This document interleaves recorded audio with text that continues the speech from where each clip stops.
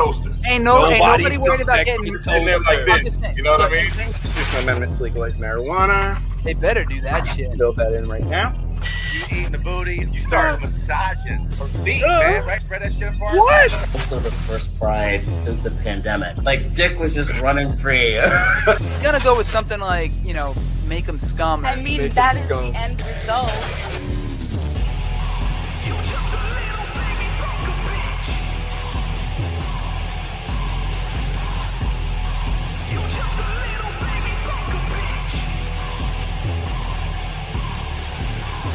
Detained at the Vatican because Brittany decided she wanted to wear a Catholic schoolgirl outfit. Give me something. Let me pop this up on the screen. Shit, it's a chick. And I'm like, yeah, and I just kicked your ass. What? Right. You know what Sit I mean? down in the back, motherfucker. A ball gag in my mouth with a pumpkin, and I get my head ripped off. Pretty cool. It's a timing thing sometimes. It's a CPP thing. Other people talk about. Phases, the end of suspension. There's a long story why it's AA. MCO. But no matter what opportunities I get, I always just feel like it's luck. Same. He actually did a little lap dance for me. It was kind of strange. Karen did? Oh, yeah. I didn't realize it until just now, but I look like a fucking cult leader in this hoodie. Like.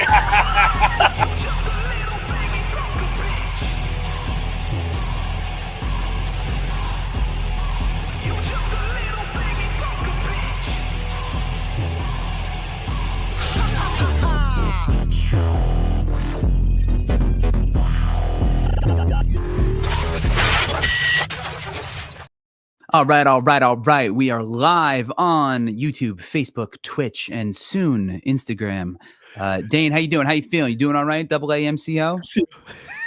No, because I just saw Sebastian. Shout out Father Sebastian. He just made me some new things today. And anyway, I'm good, man. How are you? I'm good, man. I'm good. I'm looking forward to getting this rolling. Really excited about our guest in a bit. Just want to make sure everything is up and running. We're firing on all cylinders. I don't think we require too much more nonsense from the two of us. We'll do the intro, but not until we cue the music. Cue the music!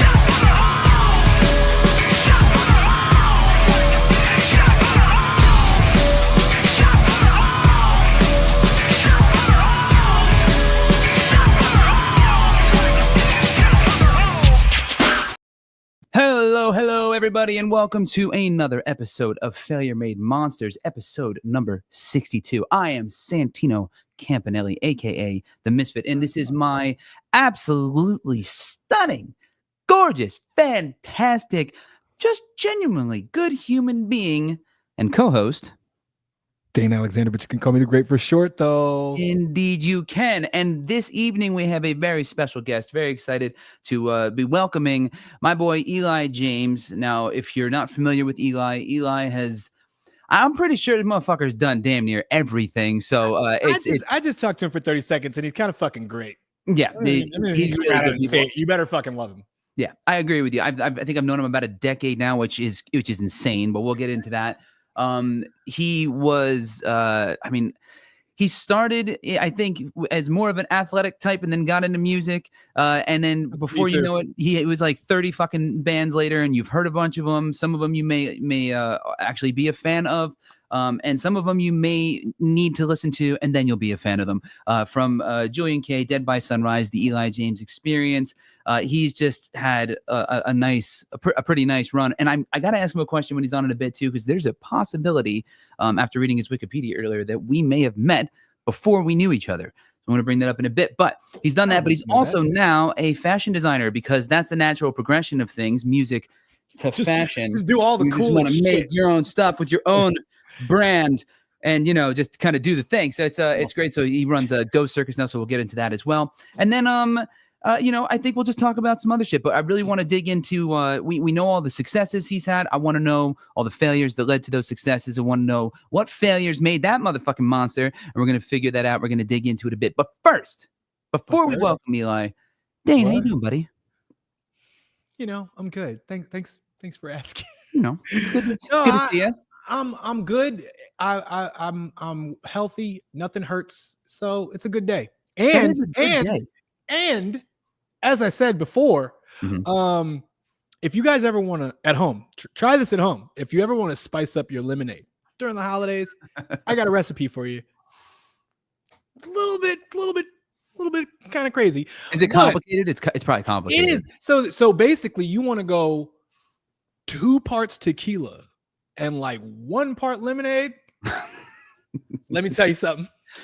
Be there with all of those ingredients, sir. You're winning. Can't handle it. You're winning at that point. That's fair. So yeah, and even if you're not after one of those or 2 of those, you'll feel like you're winning.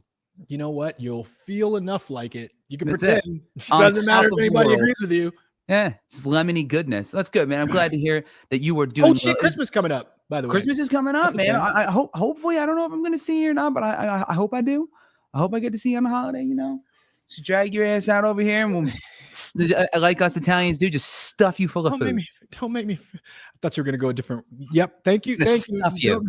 Don't make me Full of feel food. bad. I don't know. We'll see. I don't necessarily celebrate. Like it's not really my holiday. New Year's is my holiday, but You've known me quite some time. I have known you. Not a religious man. Facts.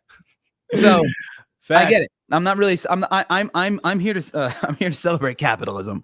Actually, I'm really here to celebrate bright lights and nostalgia, colorful shit, too much food, and a good excuse to just take a bunch of people that you like, put them in one place, shove a bunch of food and liquor into them, and then give them stuff. Here's a gift because I like your existence. You have a hell of a bar. I rock with it. The drunk part is the easiest part. Love it. It is. You're working on it now, and you're just gonna. You're pre-gaming for Christmas. That's what it is. Just working your way through it. Just gonna perfect. Spit on it and work it in. We are once again. We are live right now. So if you're watching this in the future, hello future you, and hello future me. Hopefully we're all still here and kicking, and then the hellscape and apocalypse hasn't completely overrun us all. But dark. What do you want from me, man? It's just the No, way things are going right now. Okay, because it threw me because I recently started replaying Cyberpunk 2077. Not like from the beginning. You mean living? You woke up and somebody said that. So like I posted my like build of what my character looks like. By the way, spoiler alert, go to my TikTok. It looks exactly like me. You're welcome. But he's like, oh, I think that like right now we're like gonna be going into like a Cyberpunk 2077 kind of timeline. And I'm like, huh. You have some intriguing ideas, and I wish to subscribe to your newsletter because I don't totally. It is where we are heading. And speaking of technology and beaming things directly into your brain, if you want to watch this show live, we kind of do it a bit sporadically, to be honest. But if you want to know when we are doing these broadcasts live, be sure to follow us on YouTube at Failure Made Monsters. We also have an Instagram at Failure Made Monsters and a Facebook. Or if you're feeling frisky and you just want to follow just Dayne or just me, you can go on Twitch and follow the Misfit. You can follow Dayne the Great. That's cool too. We do it. We don't have a dedicated Monsters Twitch. We're separate. One rule. Just don't let the 2 streams touch. That's all. Please no dick pics. Not because I don't appreciate it, but just baby steps. That's all. Perfect. I agree. Speaking of dicks and pics, let's bring on our guest. Right there. Nice. We're bringing our guest Eli James. So welcome him to the podcast. Eli, what's up, Eli? Pretty good, man. You guys had me cracking up that whole time. This is just awesome. Perfect. Then we are doing our job and hopefully doing it well. Eli, it is really good to see you. Thank you so much for joining us. Genuinely appreciate it. As I mentioned earlier, I have known you, I think, going on about 10 years. At least according to Facebook, that's when we were friends, because I was trying to figure that out. I was like, and maybe you can answer this for me. How did we meet?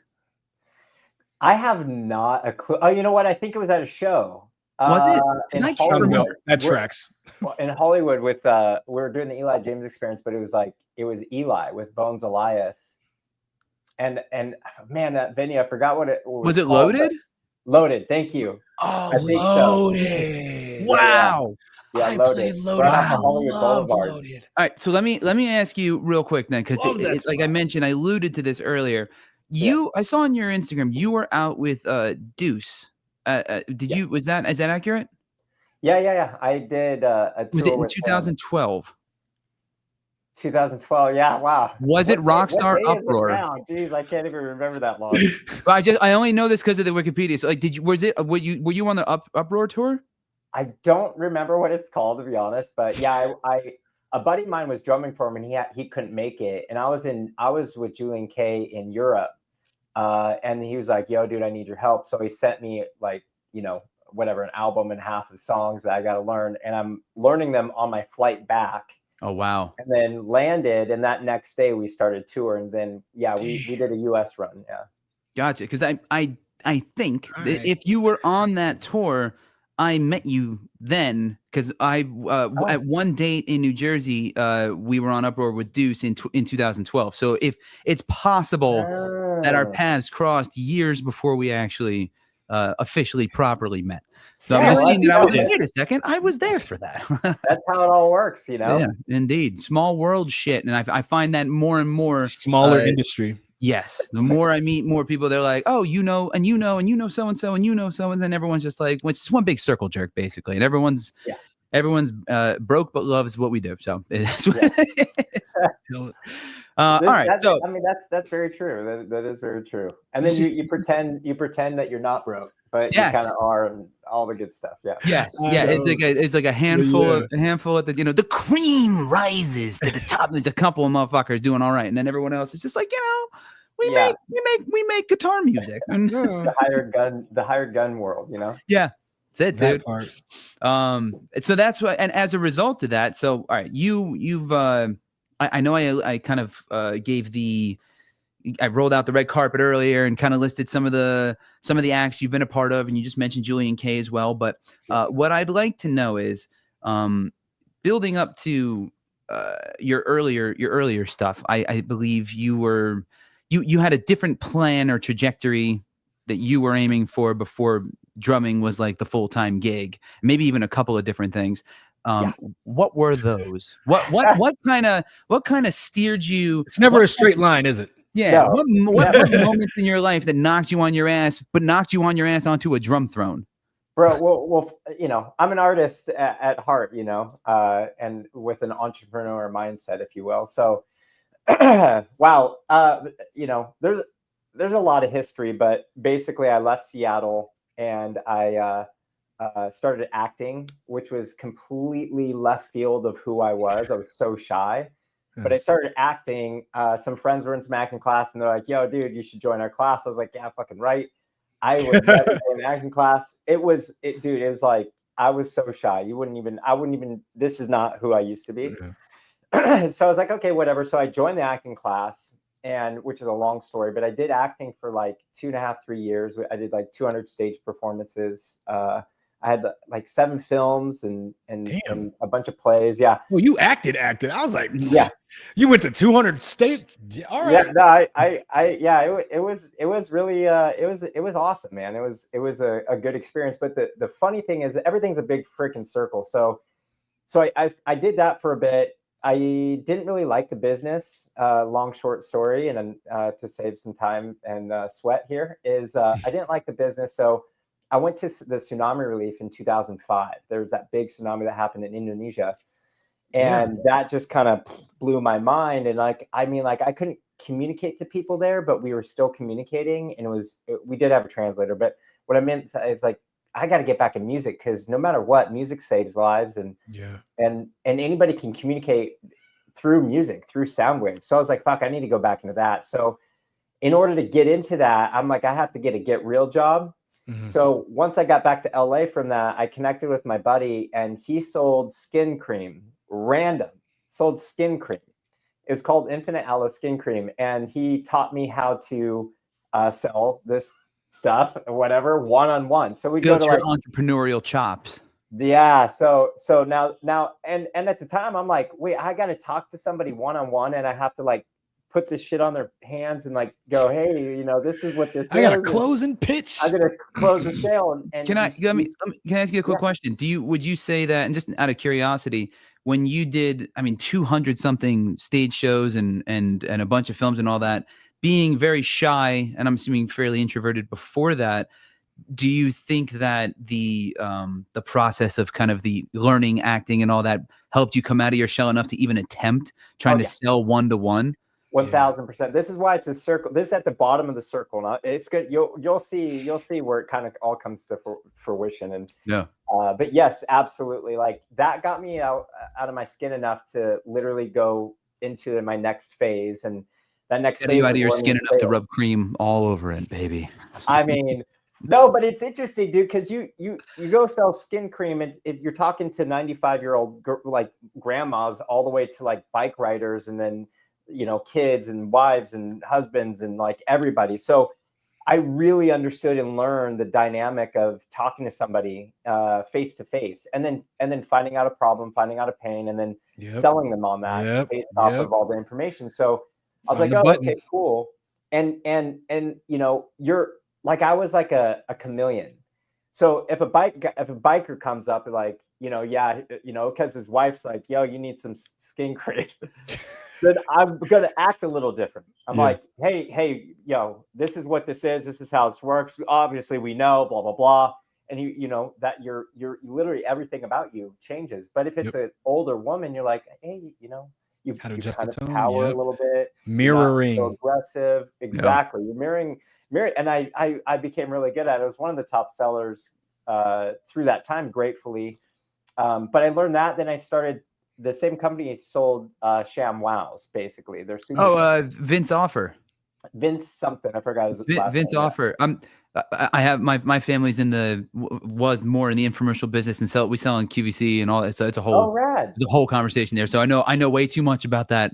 Yeah, about that world growing up around it. Yeah. Well, so the guy that taught me how to sell the chamois, there's two of them, Lance and the guy that taught him, I forgot. But anyway, Lance developed the pitch. Vince used to work for the company that I worked for, but the company split, and so the contracts were void. And then he was smart and went straight to QVC. Yeah. And then went to China to produce versus Germany, whatever, and slap chops and all that. Yeah, just making it, he made it. Hey, look, he did what he did. That's good on him. But anyway, so I started learning how to do that. So I started pitching in front of like 60 people, 100 people. And it was like a buy now thing. You buy one, get one free. It's a no brainer. Get it, do it. Duh. If you don't have $20, get out of here. Like, and it really like kind of sharpened the tool of sales. And learning and understanding sales from not only individual, but then group settings. And then there's one time we did a Pittsburgh Mill Mall, and there's this group of guys, they're in suits, and they're like 60 feet back, and they're talking, and they're like they're sitting there, they're talking for a while, and I'm just pitching and then sell, pitch, sell, pitch, sell, pitch, sell. And then they're sitting there, I'm like, you guys gonna buy anything or what? What's up? And they're like, no. And they walked over. And they're like, no, we actually want to offer you a job. It's $120K a year, and we need you to teach our sales team how to sell. There it is. And I'm like, oh, okay. And my boss was behind me, and I'm like, nah. And I thought I was the cool shit, and like making tons of cash. And I was like, no, I think I'm good. I think I'm good, man. But thank you. And kind of threw the card away, not realizing, you know what I mean? I'm like, yeah. But these little opportunities through life, they come to you. If I said yes to that, who knows where I'd be? 1,000%. True. 1,000%. Through this, I met Connor Reagan, and Connor is actually George from Hollywood Undead's younger brother. Okay. Yeah. Connor had a band, and he was selling chamois for me in New York at West Nyack Mall. And he was like, dude, I know you drum, and it'd be awesome if you drum for me. My producer's John Ryan. He produced Styx, Santana, Leonard Skinner, Doobie Brothers. It'd be really cool to have you involved. I was like, yeah, okay. So I stopped everything and went right back into music, because that's the reason why I went to sell, is so I could be on, like, I was getting into every different state every week at these shows. Mm-hmm. And so I'd be in a different environment, and I would write on my computer. Were touring. I was basically touring. Yeah. I was writing everywhere I went. I was writing. So I had like 1,000 songs or something ridiculous on my computer. So I was really focusing on that, but I was also building my chops. And so anyway, so I took the deal. I was like, yeah, sure. And so I came back down to LA. And that's when I reconnected with Sonny, Skrillex basically now, but Sonny and Hollywood Undead and all the guys there, and Endless Hallway, and all the Dead Sarah, who's now Emily's the lead singer. Emily's a singer of yeah. So, and I remember when she was like, she would not sing in front live, no way. Like, she was so shy.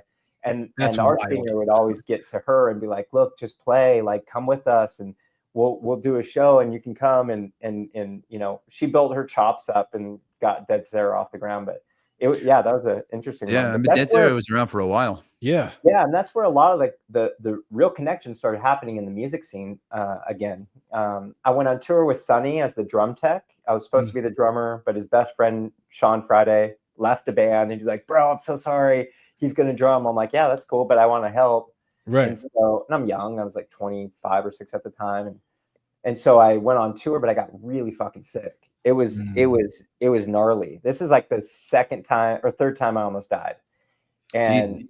I got really sick, and Sonny actually thought that, he was like, you know, are you making this stuff up just because you're not the drummer and blah blah blah. And I'm like, right, no man, I couldn't be away. Dude, it was crazy. So anyway, I came to LA. I was in 2 different hospitals. One kicked me out, the other one took me, but it's a long story. But they basically found that I had what's called a DEM, ADEM. Mm-hmm. And it's where your body starts fighting against itself and starts killing itself. 6 people. It's like an autoimmune disease. Yeah. An autoimmune disease. Yeah. 6 people a year get reported to have it. And 1 out of 6 die if you don't. They all die if you don't get help. But 1 out of 6 that get help die from it. And they're like, dude, you were hit like by lightning 10 times in a row before this would ever happen. I'm gonna name this. I'm gonna name this episode "Skrillex Tried to Kill Eli James." Here's the story. With rare disease. Yeah, no, Son's awesome, man. That was a huge part of my life. You know, because we used to be in the same art community together, art called Art Share, and then we moved into this other building. And he was like, "Yo, you know what? Let's build this thing out." And so he put the money in. And myself and my brother and a whole bunch of friends built this $1.2 million like build out under the impression that we could live and work there. Well, the owner of the building decided to go tell Sonny, yeah, live work, I have the permits, but he didn't. And when the city came through and said, hey, you need a live work permit, it's $250,000, and the building owner's like, I'm not doing it. You guys you could stay here, but you can't sleep here. And we're like, you know, my brother's like, I got squatter rights and shit like that. Yeah. That was the whole point. Dude, if he goes, no problem. You guys can create issues. It's totally fine. If you don't, I'll sue the shit out of Sonny. And so we're like, fuck. So we just decided to leave. Yeah. But that's at the moment when Sonny was my little brother, Pat, went by DJ Magi. He was teaching Sonny how to DJ. And that's when he decided he's like, Eli, you know, I got it. Cause he was going through some stuff and he left his band, and I would bring him out to Little Red Radio shows, and he's like, dude, I got it. I'm like, what's up? And he goes, I'm going to be the biggest DJ in the world. I'm like, I'm going to be the biggest drummer in the world. Let's do it. And not knowing, straight like that. Obviously now he's doing pretty good. What was going to happen? Yeah. And just for people who don't know, Little Red Radio was your band at the time. Oh, sorry. Yeah. Little Red Radio was the band at the time. I was in Little Red Radio for about 2.5, 3 years, and some people were doing some things in the band I didn't agree with, so I left. Gotcha. And I want to back up a little bit to the sales portion. I wanted to know, so like when you were doing face-to-face sales, group sales, and all, I'm assuming this was the whole time for the same brand, or were you bouncing around? No, Infinite Aloe Skin Cream was owned by Ultimate Creations, and they basically sold a whole bunch of stuff. So Skin Cream, the ShamWows, they sold magic pins, the flyers, you know, the malls. You know, those things. And then I think they got into selling steamers and shit. Wait, so when you were doing this, is this the first time that you had to? Because I don't know, I'm the scene I came from, music scene back east in New Jersey. Everything hinged on ticket sales. Like you had to whore yourself out and sell fucking tickets. Dane, is that your experience in Chicago too? Yeah. Ish. Chicago is a little different. Chicago is like more networky. So like, especially like a lot of the venues have been there for fucking ever. So it's like booking agents, tour agents, like all that kind of, they run every. The Elbow Room? Is that a Elbow? Yeah, I remember the Elbow Room. Yeah, Elbow Room. Yeah. Okay. You know about Elbow Room? What? Okay. Eli's been all over the damn I place. like you because Elbow Room was like my inception. That used to be my fucking spot. Wow. You just unlocked a core ass memory. What? Ooh, okay, yeah. Elbow Room was the shit. Love it. I don't even know if it's still there anymore, but yeah, it was a dope ass fucking spot. But yeah, so it was more networking, like producers. You had to get down with like producers, people that knew people, and they would like kind of set shows and shit like that. Yeah. Okay, gotcha. Because I asked because like I said, for me, growing up, it was very much how many tickets can you sell. That would determine your position on the show often. If you got asked to come back, if you got asked to play, and then even as things got more dialed in that business model, it really became the determining factor for like what positions in real showcasing. Oh wow. Yeah, I mean it was very much like if you wanted to play direct support for a national or baby national coming through, you have to be able to sell X amount of fucking tickets on this date, that date, to this location, whatever the fuck. And I asked because I remember that was my I don't know, crash course in life of learning how to sell. Was always trying to fucking peddle tickets to people. Yep. So much so, and I didn't know that I didn't actually make this connection until a little later in life. But I had somebody who I went to high school with that I hadn't seen in a very long time. I saw them maybe 10 years later or something. And one of the first things they said to me is, "Go, you're not going to try to sell me a ticket, are you?" I was like, "Oh, I was that guy." Like, But then I thought about it, and yeah, for years, like, as I started gigging at like 13. So all through high school, I was always trying to sell motherfuckers tickets to pick a show, pick a venue, whatever band I was in at the time. But that was my experience learning how to sell to people, whether it was in a classroom sitting to groups of people or individually one-on-one or literally out on the street flyering outside of other venues and shows. Like if there was a similar band in town, I'd wait out at the exit with flyers for my show at that venue or nearby. I mean, you have to become a marketing genius as well as just try to be an artist. Thank you. I appreciate. Yeah, I mean, dude, like we did the same thing in LA. It's a lot of connection. So gotcha. You could play, but you got to know the booking agent, and then it's not only the booking agent, but who's head of booking and stuff like that, and then they pull favors for you and all this stuff, and it's like it's sorry, crazy. I hate it. It's crazy. It's like, you know how I learned a little bit of that, but it was you know how I learned how to sell. Drugs. That's also okay. That's also that's oddly enough coming up Chicago. That's also how I got a lot of shows too, because I was the guy that could get the thing for the thing, and then they were like, "Oh, he's cool." I'm like, "Am I though? Do you even fucking know me?" You heard my music. It's okay, but different paths, same destination. Interesting. So when you not this is not for you, Dayne. I know the answer to this, but for you, Eli, when you did these sales translate in music for you? This ability to sell now. So you had the stage presence, the stage comfort, being in front of people. Now you learned how to sell in front of people and sell to groups. But did you ever really have to put that into like, proper use the way that I guess we did to when we were younger of like, yo, come to this show, buy a ticket, on the streets and shit. We got, my experience is we got pretty lucky with the crew that we developed, the friendships. So if Little Red Radio was playing, it's packed.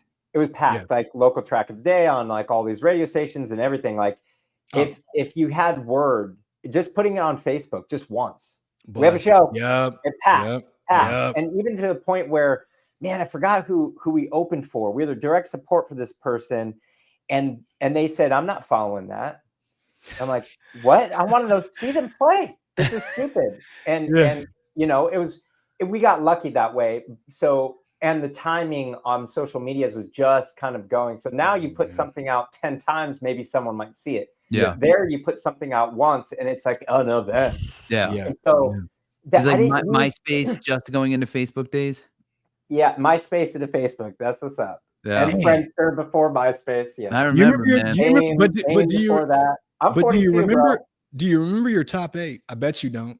I don't remember my top 8, but I remember our friends getting upset that they weren't on the top 8. It was real. That shit was real. Like, yes, you had to fight for that. I'm really surprised to this day that there hasn't been like a MySpace knockoff with customizations and all that shit. Like, you know what I mean? Yeah. All like the features.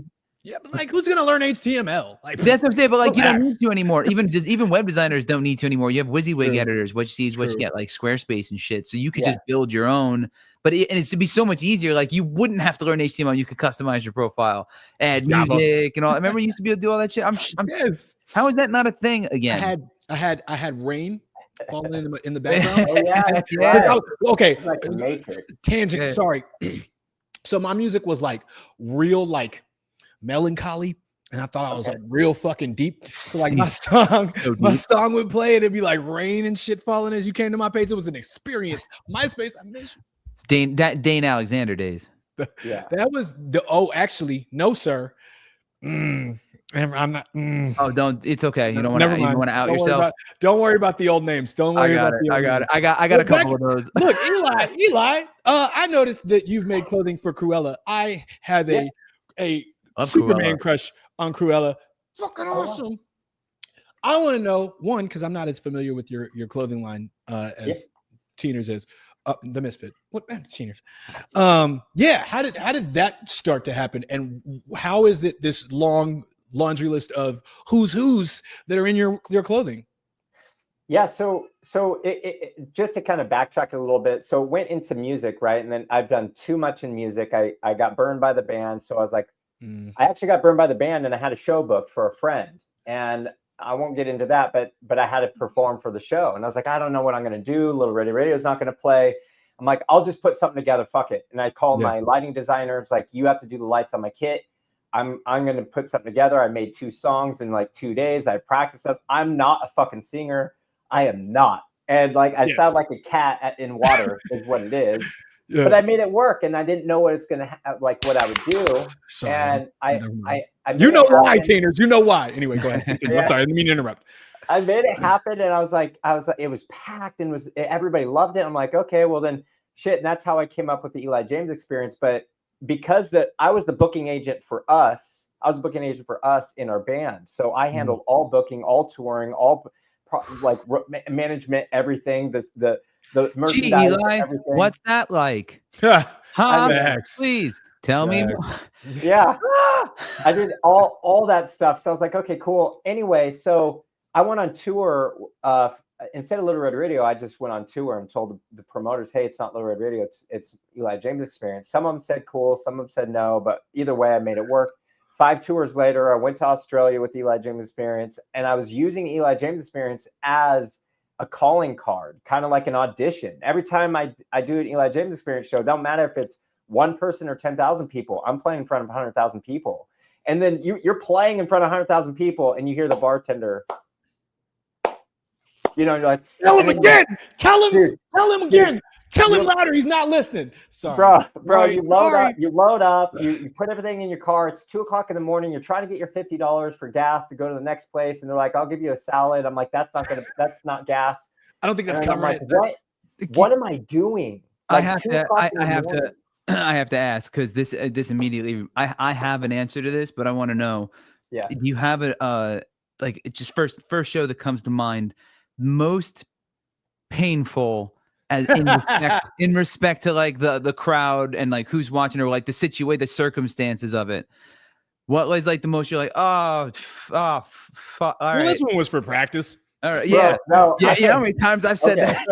No, I get exercise heat flowing through my body because of this experience. But I used to set up events because I was an event designer as well. Blah blah blah. But I used to set up events for MGM, Aria, all Bellagio, all of them. Well, the event designer, the head chief was like, Eli, he saw me play once in a small little freaking thing. And he goes, Eli, we want you to audition for New Year's Eve. I forgot what year it was. And I'm like, okay. And it's a big thing. These are like $3 million events. And there's like 10 of them going on at the same time. And so I go. And I'm like, I set everything up. Everything's golden. I'm locked in. I'm like, I just got off my 3rd tour. I know exactly what to hit, when to hit it. I'm ready. No one can compete with me. No one. Like, that's my mind. Yeah. And I go and I'm like, okay, it's time to go. I turn it on. We're going. No. And I hear it. No. I hear it in my ears. No. But it's not going out in front of the people it needs to. So so the house monitors it's not going out there, and King Doll's like, dude, come on, man, do something, like entertain us, like you're the monkey, dance monkey. And I'm like, I don't understand, I can't. Something's going on with them. Long short story, I turned it down all the way on my computer because the plug going in and out, I didn't want a pop to happen. Shut the fuck up. It was volume. The volume was all the way down. It was me. So I turned it all the way up, and then he was like, "Oh yeah, but if it's a minute of waiting, that's a lifetime, an eternity, bro." Yeah, and so an eternity.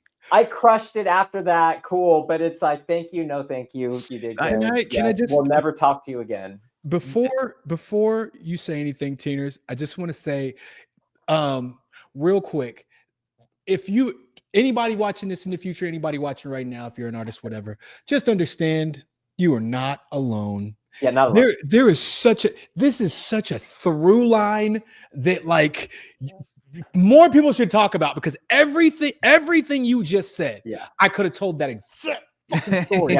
God, dude, awesome, and you're trying to book.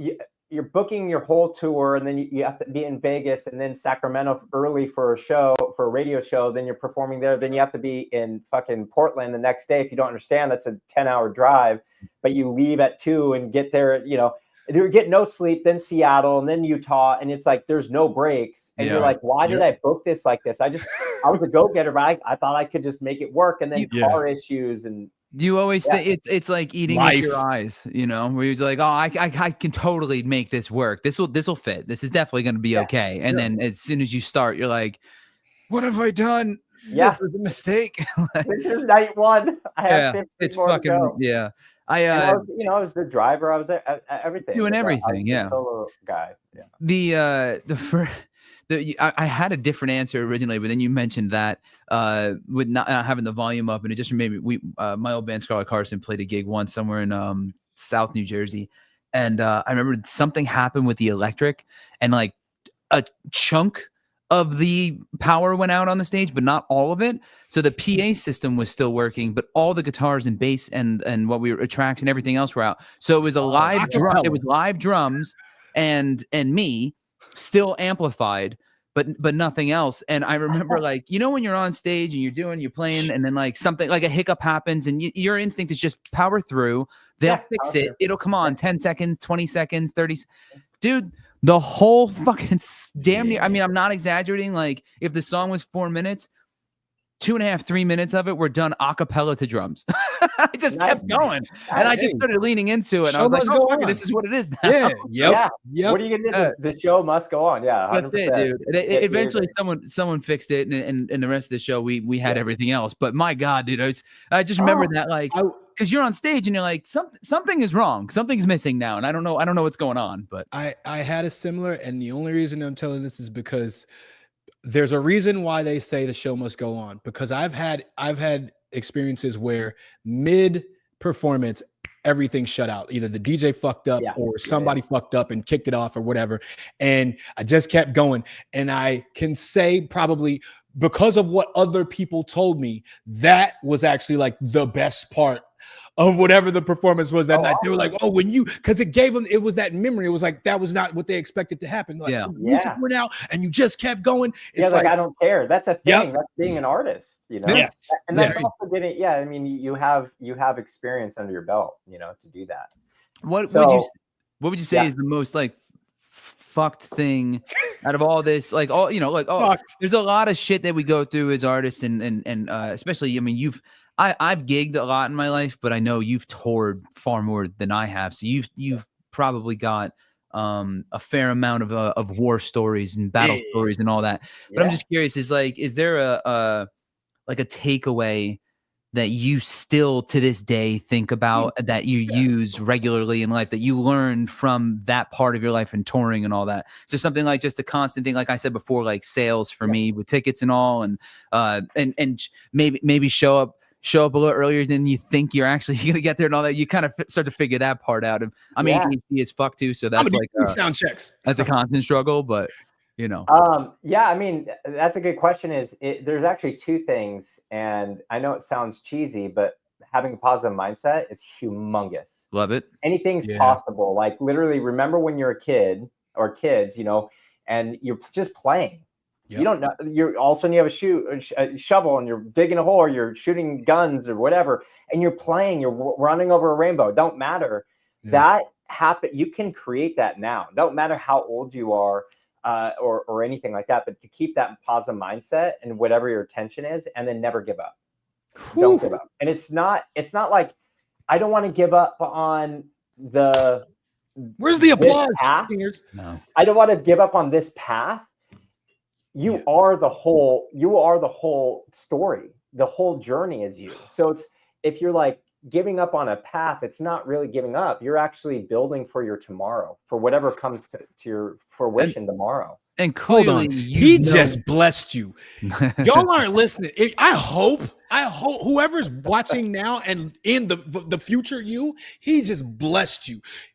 You'll figure it out later. And given your trajectory too, because I feel like you and I have this in common, where people are like, what do you do and what have you done? And I'm like, I don't have a business card. I pull out a scroll. You know what I mean? It's like here's the thousands of fucking lives I've lived and all the things I can, skill sets, whatever. I feel like you're very similar in that way. Yeah. It's like building blocks. You know, you live a certain part of your life. You're like, that's a building block to the next thing. That's what I was. Yeah, and. Exactly. And to your point you said before, it's all of the I feel like you kind of have to have that mindset to be able to jump from thing to thing to thing without feeling like you're constantly just stumbling from thing to thing to thing. Yeah. It's more like you're adding on to you're building. It's like a painting. You're halfway done with the painting. Like, there's so much more canvas to paint. Like, who cares?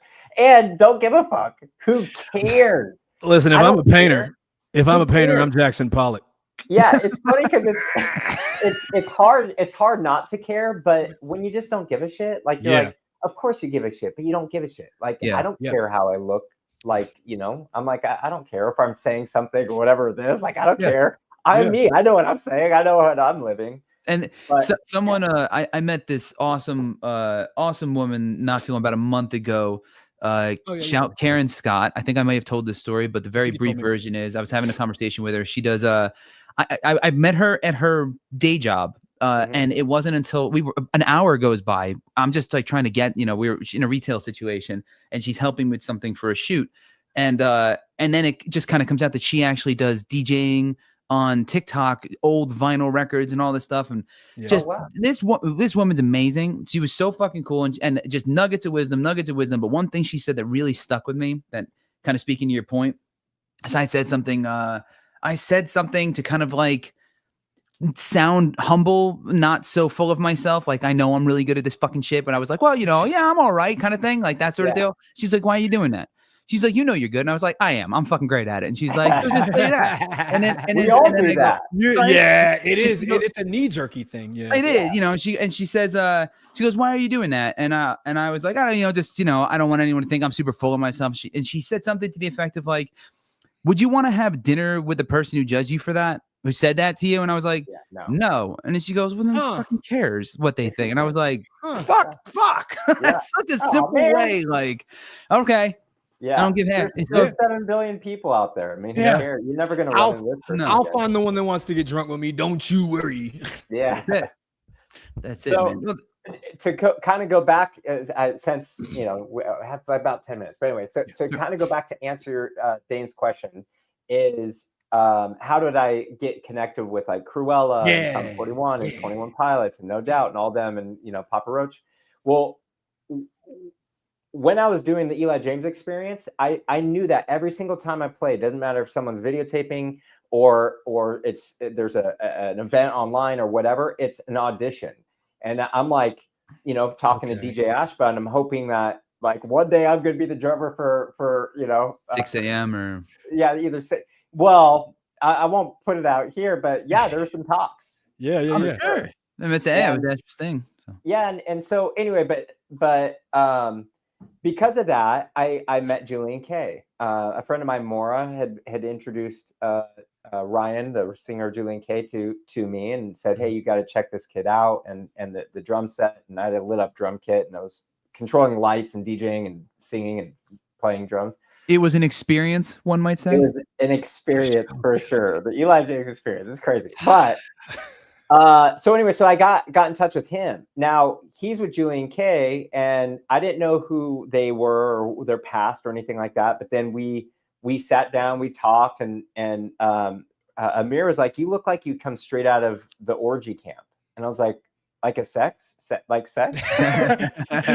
he's like a naked thing? Wait, you don't know? Did they say this to you on a Blue Monday? Sorry. Yeah, like you don't know orgy, and I was like, no, I mean, I didn't understand, and that's kind of what turned them onto me a little bit too. It was like, oh, he's not here for certain reasons other than he wants to fucking play drums with us, and he seems like a cool guy. And I'm like, yeah. So they gave me 6 songs. They said learn 3. I learned all 6, of course, but on my way home, I was like, who the hell is Orgy? And I checked them out, and Blue Monday came up. I was like, oh my god. Oh yeah. And Stitches, right? Was the other big one? Stitches, but yeah, that's the other one. But it took Blue Monday was, yeah. I mean, it was, yeah. So I learned 6 songs. I came back, I auditioned, and it became 2 drummers. Now there's one drummer and me, and I didn't know who the other drummer was, and I was like, okay, whatever. I won't really care about it.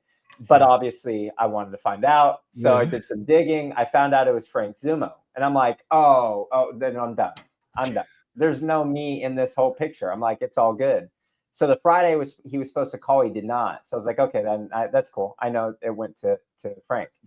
Saturday he called me and he explained, like, dude, we love you. You know, you've done fucking awesome. You know, we did. And they did a music video with me and the other drummer, Frank, at the same weekend.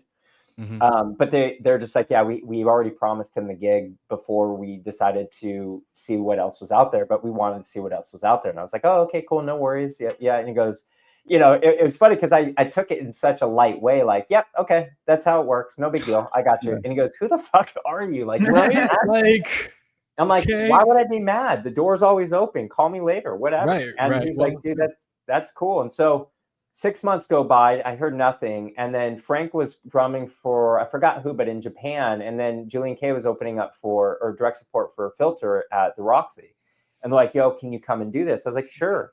So I play that show, and immediately they're like, do you want the tour in Europe? It's a full it was a 2-month tour in Europe with Mindless Self-Indulgence. And I was like, yeah, sure. Nice. Yeah. So that's where I actually met. I'm not doing anything for the next 2 months. Frank Zumo is like the heartbeat of Ghost Circus, to be honest. And so he believed in it before pretty much anybody else did. I started making clothes for myself. That's around that time. And he's like, dude, what you're doing is sick. You support me. I support you. I said, let's go.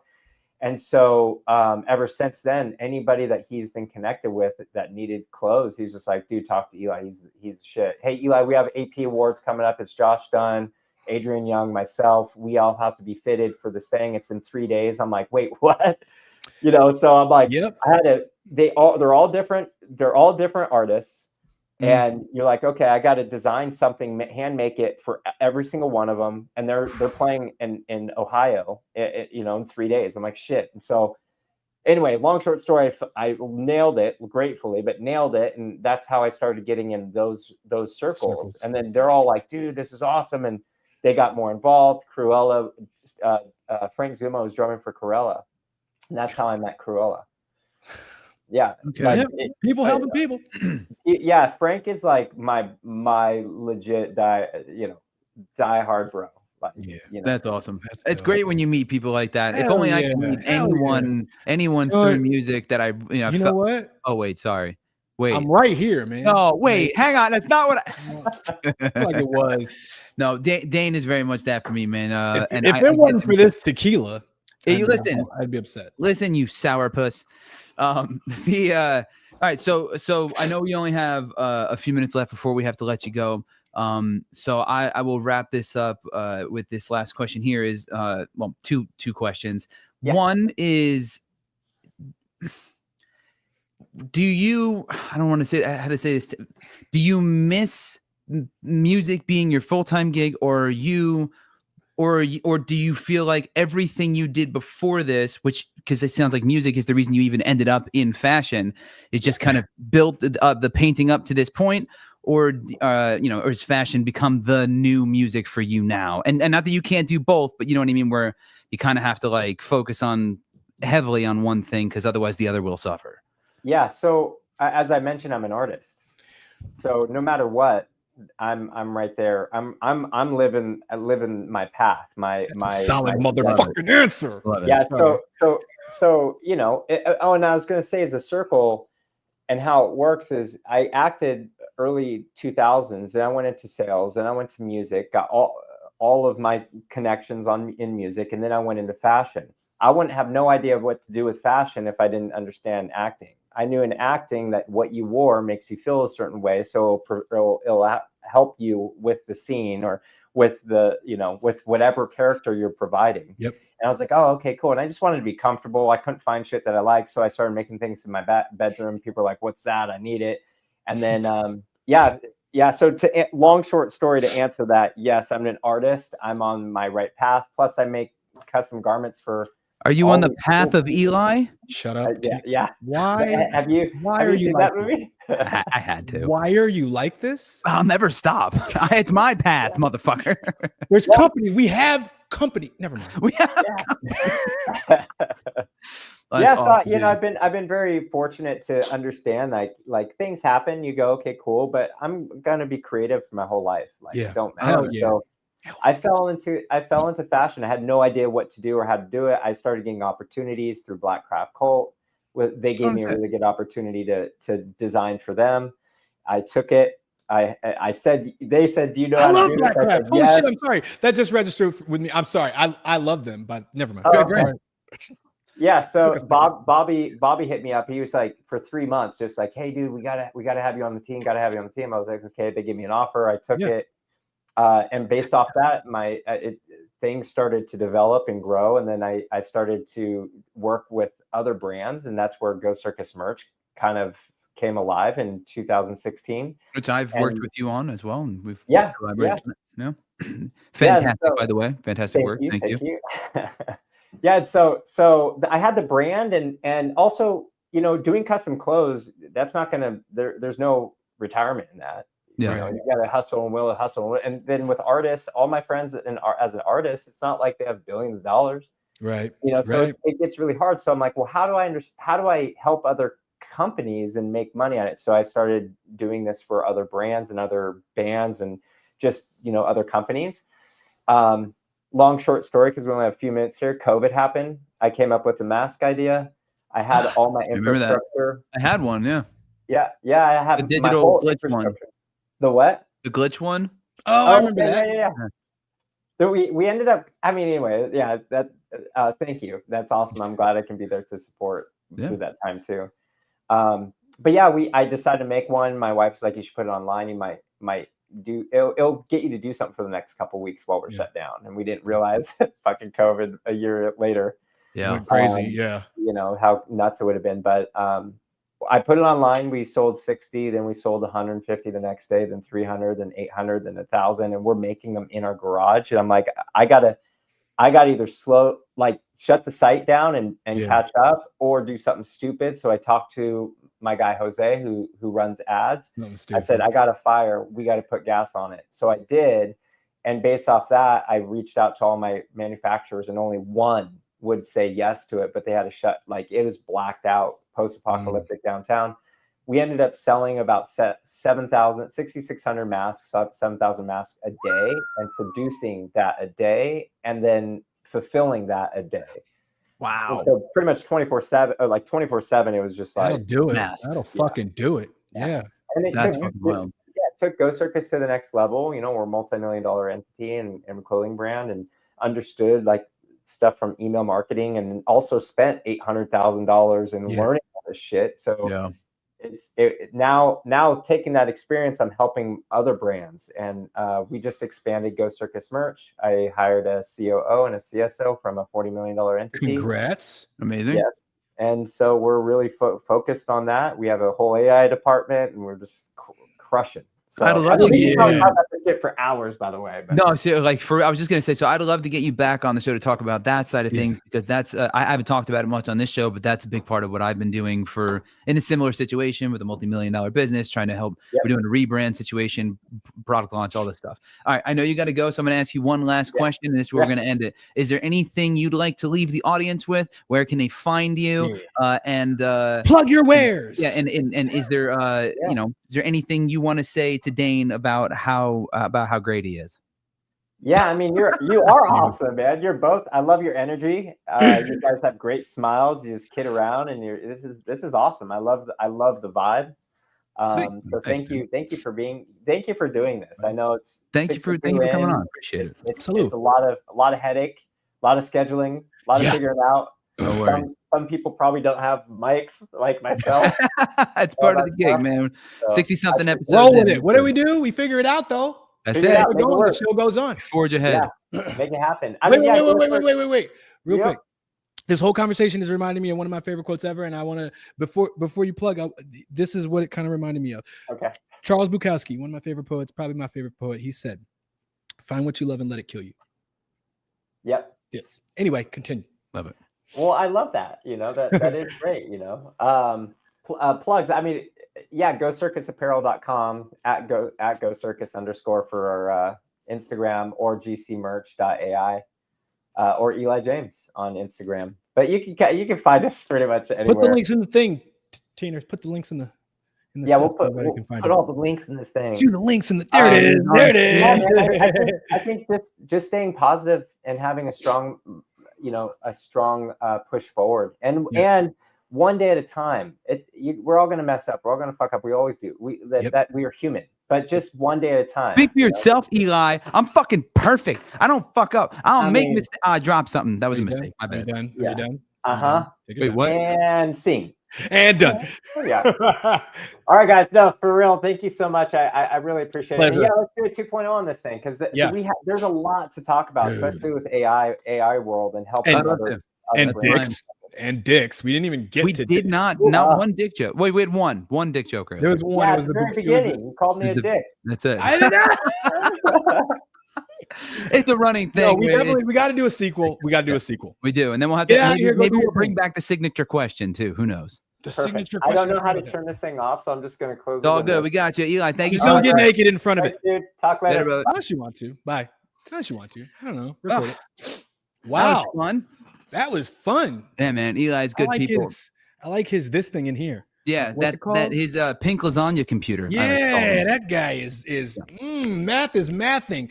Can I tell it? Can I tell it real quick? Because it's see, okay.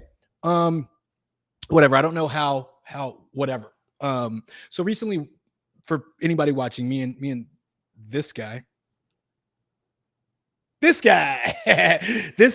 played a show at Wasteland. And it was amazing. Ish. It was. It didn't load though, so you know. I don't care. Okay. I'm still good. I'm gonna make the point. I'm just letting you know. No. There was a theme while Eli was talking. That when I said, oh yeah, every artist can kind of relate to that or can tell that story. Legitimately, we had a situation where everything that could have gone wrong leading up to this show went wrong. Like every part of it, from who was supposed to be performing to sound to scheduling. When we were supposed to go on, they scheduled something else at the same time, and we were competing with that for the first 10 minutes of the set. Just one of those quicksand kind of moments. And yeah, and I think and I only bring it up to say this, are just, I guess, sometimes hard-headed or, I don't know, stubborn sense of completion or perseverance in that situation is, I think, paramount to how that situation became a good story as opposed to a bad story, which it became if we had just kind of thrown our hands up and be like, you know what, it's too much stuff. It's not gonna work. I can't do it. That's the thing, and I really do appreciate that about you as well. Is I've never really been like that, and to most people's frustration who have to work with me, because I'm like, well, no, now we're just gonna figure it out. and now we have to do more work And to figure it do more out. stuff. Yeah, you know, and it ended up turning into a whole fucking thing. But I'm pretty much, and I've always been this way. It's like it's not over till it's over, man. You know, but Till it really that is, lady like, sings. yeah, if there's a way to make this work, I'm going to figure out the way to make it work. Yeah, that's just always been that's just always been the way I've operated. That's called living, man. LIVIN. And that some of the coolest shit that I've done has been a result of making that happen. Yeah, you know, exactly. Yeah, Anyway. that was a chaotic lead up. That was but the from more live band to just us and an iPad. It was still dope. If you didn't catch us at Wasteland, we'll probably be there again next year. And yes, that's exactly what happened in the middle of the desert. Like, yeah, we were off an iPad, but you know what? We went from an empty nobody in the crowd, no crowd, just me, him looking into the couple darkness. of friends. Shout out to Ashley. Shout out Vamprophilia. Yes. Looking at the darkness, like trying to, hey, fuck it. Are we going to do this? And I remember, and I will never forget this. I looked at like the sound guy's like, and Tina's like, whatever. And I look over at him and he's like, we doing this? I'm like, are we doing this? He's like, fucking do it, bro. Go. Let's fucking go. And I'm like, well, let's fucking go. And it's like that, having that in the trenches in that moment. Anyway, long story short, we turned it around and it was a super awesome fucking show at the end of the day. I agree. Let me see if I can get this to work. Hang on. We'll do that. We'll load this up real quick. And then I'm also gushing a little bit because I'm a little bit drunk. I mean, I'm a little bit jealous then. There we go. Here's a little footage my fat ass from Wasteland Weekend 2024 and Dayne's voluptuous touch. Cakes. Well, just such a good crowd, man.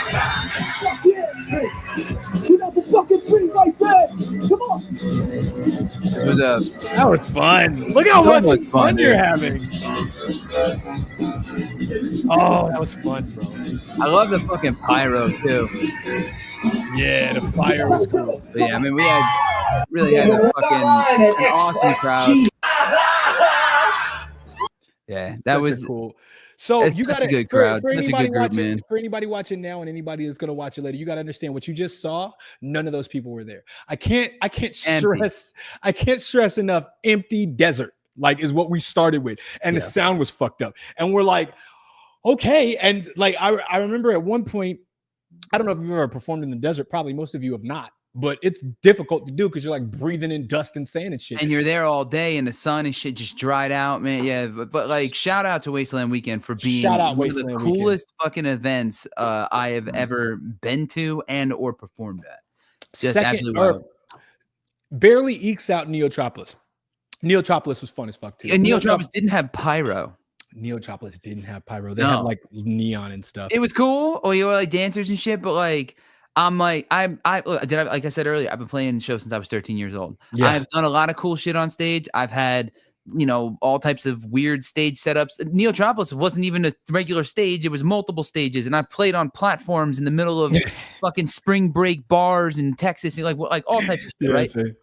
I had never had stacks of fire blowing up behind me to the fucking I have a problem now. Is like everything else feels just like pales in comparison. Hey, it's missing fire.